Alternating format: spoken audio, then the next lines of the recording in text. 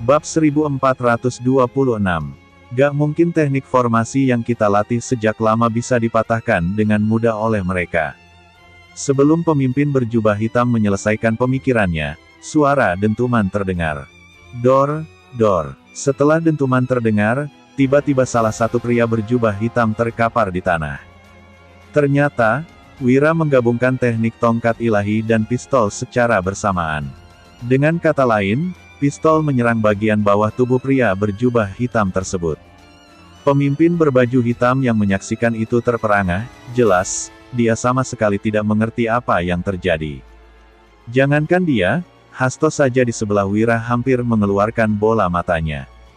Itu saja, ucap Wira seraya meniup ujung pistol. Setelah itu, Wira dan Hasto menyerang bersamaan. 4 orang di tengah yang menjadi pilar tidak dapat bertahan lebih lama lagi. Mereka berteriak lalu melepaskan tangan mereka yang saling terhubung. Setelah formasi dipatahkan, pria berbaju hitam lainnya memuntahkan darah, terhuyung-huyung, lalu pingsan satu demi satu. Sebenarnya, Wira tidak berniat melakukan pembunuhan besar-besaran, tetapi pemimpin pria berbaju hitam yang berbicara sebelumnya terlalu sok, jadi mari mulai dengannya. Katakan padaku, siapa yang mengirimmu ke sini? Jika kamu memberitahuku, mungkin aku bisa mengampuni nyawamu. Wira meraih kerah bajunya dan menempelkan tongkat di samping lehernya. Baru pada saat itulah pemimpin berbaju hitam menyadari kematian tepat berada di depan matanya. Mereka tidak pernah gagal dalam misi. Mereka adalah pembunuh terbaik di tangan tuan mereka. Tapi sekarang, setinggi-tingginya langit, masih ada langit di atasnya. Aku akan memberitahumu segalanya, tolong jangan bunuh aku. Tepat ketika pria berbaju hitam hendak mengakui segalanya, angin bertiup, lalu sehelai daun terbang entah dari mana langsung menyayat leher pemimpin berjubah hitam. Sepertinya masih ada orang yang mengawasi secara diam-diam. Saya khawatir orang-orang ini tidak akan tahu sampai mereka mati bahwa orang yang mereka junjung tinggi sebenarnya memperlakukan mereka seperti ini. Wira dan Hasto memeriksa sekeliling, mereka tidak menemukan siapa-siapa. Sepertinya, orang itu sudah pergi. Setelah itu, Wira dan Hasto berbalik menaiki kuda, lalu bergegas pergi. Mereka tidak menghiraukan orang-orang berjubah hitam yang tergeletak di tanah. Hanya dalam 1 hari, mereka sampai di Sekte Langit. Hari kompetisi semakin dekat, dan prioritas utama mereka sekarang adalah bertemu ketua sekte. Hasto membawa Wira ke ruang kerja Juan. Setelah memasuki ruangan, Juan menyapa, "Guru. Guru, kamu sudah sangat berusaha keras, hari di mana anakku berkompetisi sudah dekat. Aku ingin tahu, apakah Guru Hasto dapat menemukan cara untuk menyelamatkan putriku?" Juan berkata dengan antusias, ketika dia melihat Hasto masuk dengan seorang pemuda. Apakah ini berarti putrinya bisa diselamatkan? Hasto mengangguk, lalu menarik lengan Wira ke depan seraya berkata, "Ini, Wira, dia muridku. Dia sekarang telah mempelajari teknik matahari hebat." Petik 2. Mendengar itu, mata Juan memerah, dia telah menunggu sangat lama, dan hampir putus asa. Tak seorang pun di Sekte Langit dapat mempelajari teknik matahari hebat. Untungnya, Guru Hasto bergegas kembali pada saat kritis dan membawa kembali seorang pria yang mungkin akan menjadi menantunya. Juan ingin bertemu dengan para pemimpin keluarga sekarang untuk memberi tahu mereka tentang masalah ini dan membatalkan kompetisi pengantin. Di sisi lain, Puspa sangat gembira saat mengetahui bahwa gurunya dan Wira sama-sama datang ke Sekte Langit. Apakah ini berarti dia tidak lagi harus berjuang mencari calon suami dan menikahi pria yang tidak dia suka? Juan mengadakan pertemuan dengan pemimpin keluarga ketua dan mengundang Hasto dan Wira menghadiri pertemuan tersebut. Ketika semua orang melihat Hasto dan Wira berdiri di samping mereka, meskipun mereka tersenyum, mereka memiliki pemikiran masing-masing. Selamat kepada Guru Hasto karena telah kembali ke Sekte Langit. Guru Hasto, Anda kembali. Saya ingin tahu siapa ini. Bab 1427. Saat para pemimpin keluarga memberi selamat kepada Hasto, mereka juga memperhatikan Wira di sebelah mereka. Wira bertindak sangat tenang, tidak menunjukkan rasa takut sama sekali. Wira yang melihat ekspresi di wajah semua pemimpin, melangkah ke depan, lalu berkata dengan tenang. Halo, aku Wira, aku datang hari ini hanya untuk melakukan satu hal. Aku mendengar bahwa orang suci sekte akan mengadakan kompetisi untuk calon suami, dan aku juga ingin berpartisipasi. Begitu kata-kata ini keluar, semua orang langsung tercengang, dan kemudian mulai membicarakannya. Mengesampingkan identitas Wira yang masih belum begitu jelas, mereka menolak Wira untuk mengikuti kompetisi.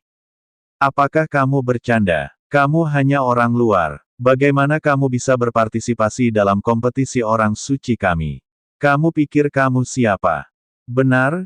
Kamu pikir sekte langit kami seperti pasar yang bisa dimasuki siapapun sembarangan? Anak muda, kamu harus kembali ke tempat asalmu. Jangan ikut campur dalam urusan sekte kami. Kamu tidak akan bisa menaungi laut sedalam ini. Sebagian kepala keluarga ketua berbicara satu demi satu, dan mereka bertekad untuk mengusir Wira. Mereka tidak setuju dengan partisipasi Wira dalam kompetisi ini. Pada saat ini, Juan yang sudah lama tidak berbicara, tiba-tiba berteriak, lalu berdiri seraya mengangkat tangan kanannya. Sudah cukup. Aku telah memutuskan untuk membiarkannya berpartisipasi dalam kompetisi ini. Sejak Guru Hasto membawanya kembali, itu menunjukkan bahwa dia memiliki kemampuan. Saya yakin, dia memenuhi syarat untuk berpartisipasi dalam kompetisi ini. Hasto mengatakan Wira telah menguasai teknik matahari hebat, jadi dia secara alami tahu bahwa pria inilah yang bisa menyelamatkan putrinya. Dalam hal ini, Wira harus diizinkan untuk berpartisipasi dalam kompetisi apapun yang terjadi. Ketua sekte, meskipun kamu mendukungnya, itu tidak merubah apapun, bagaimanapun juga, dia bukan dari sekte kita, apalagi, dia berasal dari dunia biasa, jadi kita tidak boleh dengan mudah membiarkan orang luar berpartisipasi dalam kompetisi, jika tidak, sekte kita akan diserahkan kepada orang luar di masa depan. Ucap pemimpin keluarga Akmal. Dia dengan tegas menentang Wira, seorang pria yang tidak diketahui asal-usulnya, untuk berpartisipasi dalam kompetisi. Jika ini menyebar, orang pasti akan berpikir bahwa sekte mereka tidak punya siapa-siapa, sehingga mereka mendatangkan orang-orang dunia biasa. Dan jika orang-orang dari sekte gunung mengetahuinya, mereka pasti akan diejek. Dia tidak bisa sepenuhnya dianggap orang luar. Dia adalah muridku, bukankah muridku bisa berpartisipasi dalam kompetisi ini? Hasto tiba-tiba bersuara. Dia hanya bisa memikirkan solusi ini saat ini. Wira melirik ke arah Hasto dan menyetujuinya. Guru Hasto, Anda juga harus memahami aturan sekte kita. Dia adalah orang luar, terlebih lagi, dia berasal dari dunia biasa. Mengapa dia harus berpartisipasi dalam kompetisi? Saya harap Guru Hasto tidak memihak dan tidak menunjukkan perasaan pribadi. Bukan hanya keluarga Akmal yang menolak, bahkan lebih dari separuh keluarga ketua tidak ingin Wira bergabung dengan mereka. Terutama karena mereka khawatir bergabungnya Wira akan mengganggu rencana mereka, dan mengakibatkan orang yang mereka atur gagal menjadi suami orang suci. Semua orang mendiskusikannya, dan pada saat ini, Sudir yang duduk di bawah Hasto berbicara. Guru Hasto, karena Anda adalah guru dari orang suci, Anda memiliki hak tertentu untuk memutuskan siapa yang akan berpartisipasi dalam kompetisi ini. Namun, dia bukan dari sekte kita. Dia berasal dari luar. Menurut aturan, dia tidak memenuhi syarat. Tapi, aku bisa memberi muka padamu. Kami akan menetapkan 3 level untuknya. Selama dia bisa melewati semuanya dan tampil baik, kami akan membiarkannya berpartisipasi. Setelah Sudir, pemimpin keluarga Subianto bicara, pemimpin keluarga lainnya diam, terpaksa menyetujuinya. Bab 1428. Meskipun Hasto adalah guru dari orang suci dan tinggal di luar sekte, dia tetaplah variabel dan tidak terikat oleh mereka. Memanfaatkan situasi ini, Sudir menjual bantuan kepadanya. Jika mendapati keadaan darurat suatu hari nanti, Sudir bisa meminta bantuan Hasto. Wira yang mengetahui maksud Sudir sedikit mengernyit, perhitungan orang ini sangat bagus. Oke, aku akan mengikuti 3 level ini, aku hanya berharap setelah menyelesaikannya, para pemimpin bisa mengizinkanku mengikuti kompetisi, ucap Wira dengan percaya diri. Sebenarnya, Hasto juga memahami maksud Sudir dan tidak senang dalam hatinya. Meskipun Sudir tampak melakukannya untuk sekte, dia sebenarnya hanya melakukan untuk keuntungan sendiri. Semua keluarga telah menempatkan orang-orang mereka dalam kompetisi. Setelah beberapa saat, Hasto berbalik memandang Wira, sedikit mengangguk untuk menyatakan persetujuannya. Sedangkan ekspresi Juan terlihat sangat jelek. Jika Wira tidak menyetujui hal ini, semua orang akan sangat tidak senang. Namun sebaliknya, dia khawatir Wira tidak dapat menyelesaikan ketiga level tersebut. Setelah beberapa saat, pertemuan berakhir dan pengujian Wira akan diumumkan 3 hari kemudian. Sekeluarnya dari aula, Hasto kembali membawa Wira ke ruang kerja Juan. Guru Hasto, apakah Anda yakin dengan ketiga level ini? Tanya Juan dengan sedikit khawatir. Juan khawatir jika Wira tidak bisa melewatinya, Wira tidak akan bisa mengikuti kompetisi, yang berarti nasib putrinya sama sekali tidak ada harapan. Hasto menarik Wira, lalu meletakkan tangan di bahunya seraya berkata, tentu saja, aku memiliki kepercayaan penuh padanya. Jangan khawatir, Ketua, muridku akan baik-baik saja. Petik 2.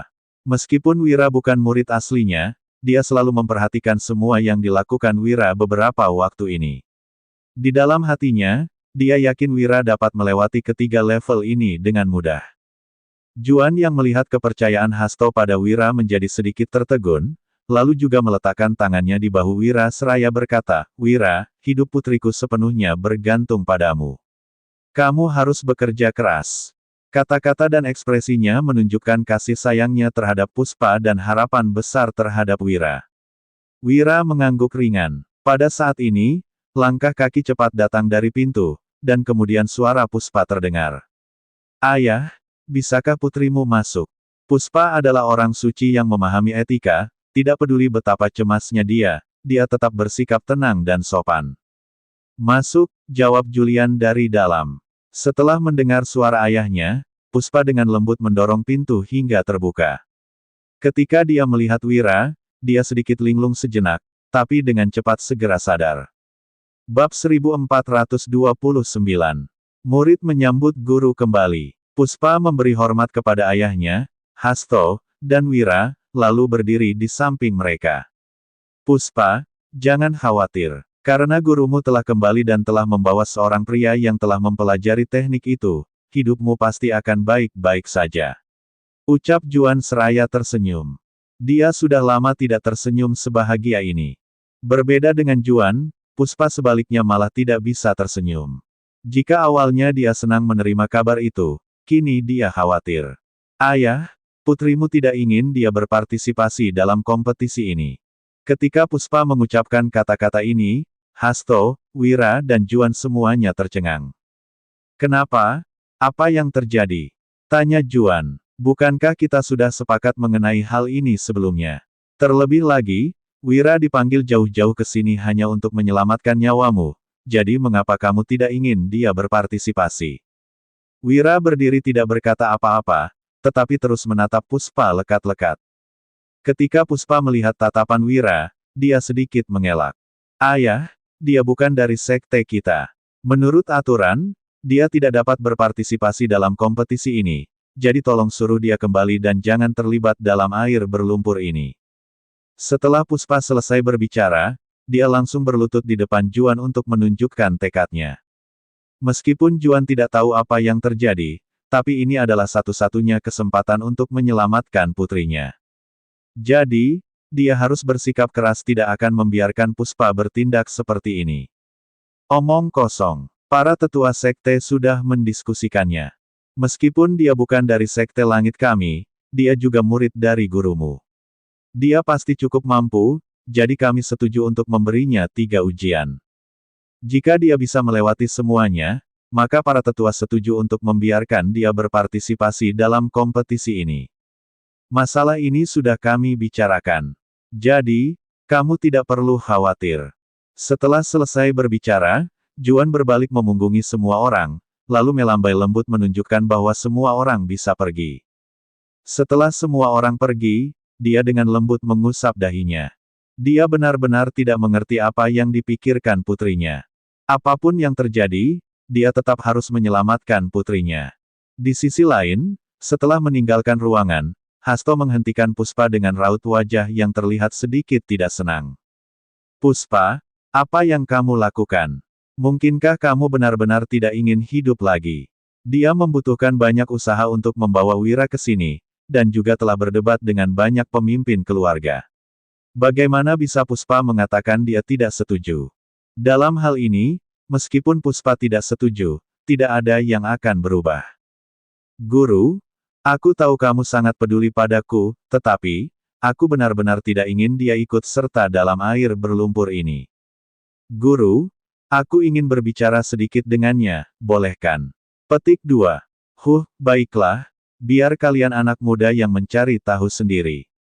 Hasto merasa dirinya lebih tua, jadi dia tidak tahu apa yang dipikirkan anak-anak muda saat ini. Bab 1430. Setelah Hasto pergi, Puspa mengangguk sedikit, memberi isyarat agar Wira mengikutinya dan mereka memasuki kamar. Jika berbicara di luar, seseorang mungkin memperhatikan secara diam-diam. Puspa, ada apa denganmu? Bukankah kita sudah sepakat sebelumnya? Aku datang ke sini hanya untuk menyelamatkanmu. Jangan khawatir, aku tidak akan pernah pergi. Wira juga tidak begitu mengerti mengapa Puspa tiba-tiba berubah pikiran. Puspa tidak membalikkan punggungnya ke Wira dan berkata, lupakan saja. Sekarang setelah banyak hal terjadi, aku sebenarnya tidak lagi berpikir untuk bertahan hidup, dan aku tidak dapat melibatkanmu dalam hal ini. Aku telah berhubungan dengan Sekte Langit dan Sekte Gunung sejak masih kecil, jadi, secara alami aku mengetahui bahaya yang terdapat dalam masalah ini. Aku tidak ingin Tuan mengambil risiko ini untukku. Mendengar ini, Wira sedikit mengernyit, lalu berjalan ke arah Puspa. Wira ingin melihat wajahnya dan mendengarkan apa yang baru dia ucapkan. Tetapi, Puspa membuang mukanya. Tuan, apakah menurutmu dengan tingkat bela dirimu saat ini, kamu benar-benar dapat memenangkan kompetisi? Saya tahu Tuan Muda adalah orang yang hebat, tetapi, Sekte Langit berbeda. Orang-orang di sini berbeda dari orang yang pernah kamu temui sebelumnya. Kamu tidak memiliki peluang untuk menang, jadi sebaiknya kamu kembali saja. Ketika Puspa mengucapkan kata-kata ini, nadanya terdengar sedikit dingin. Mungkin mereka benar-benar kuat, atau mungkin aku bahkan tidak bisa dibandingkan dengan seorang pelayan dari duniamu, tapi setidaknya kamu harus percaya padaku. Kita telah mengalami banyak hal bersama, tidakkah kamu mengerti aku? Meskipun Wira merasa sedikit sedih mendengarkan perkataan Puspa, tetapi dia tidak memperdulikannya, lagi pula, dia datang ke sini untuk menyelamatkannya. Tentu saja, dia juga memiliki motif yang tidak bisa dia jelaskan, tetapi, dia merasa sebagian besar alasannya adalah karena dia ingin menyelamatkan Puspa. Wira mencoba yang terbaik untuk menunjukkan nada santai, dia tidak ingin Puspa terlalu menyalahkan diri sendiri dan memberi terlalu banyak tekanan pada dirinya. Tuan, justru karena saya mengenalmu maka saya tidak ingin Tuan terjebak dalam air berlumpur ini.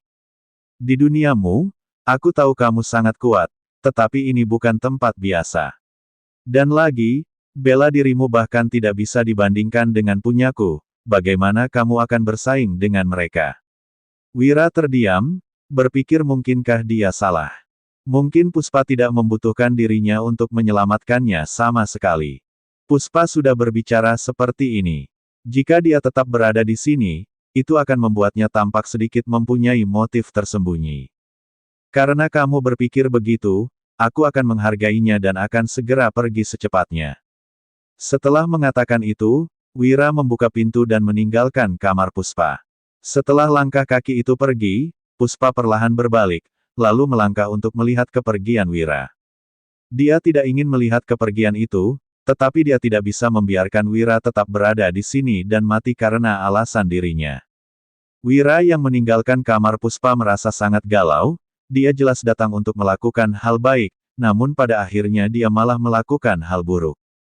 Semakin dia memikirkannya, dia menjadi semakin tidak bahagia. Wira berdiri di depan sebuah batu, lalu menendangnya dengan kesal. Hei, mengapa kamu memamerkan kekuatanmu di sini? Jika kamu memiliki kebencian di hatimu, pergi saja dan katakan padanya. Suara menggoda dari Hasto datang dari samping. Wira yang mendengarkan itu berbalik dan melihat Hasto berdiri di atas salah satu pohon. Kak Hasto, berhentilah menggodaku. Wira menghela nafas pelan, lalu duduk di sebelah batu yang baru saja dia tendang. Hasto juga melompat turun dari pohon dan duduk bersila di samping Wira. Bersambung.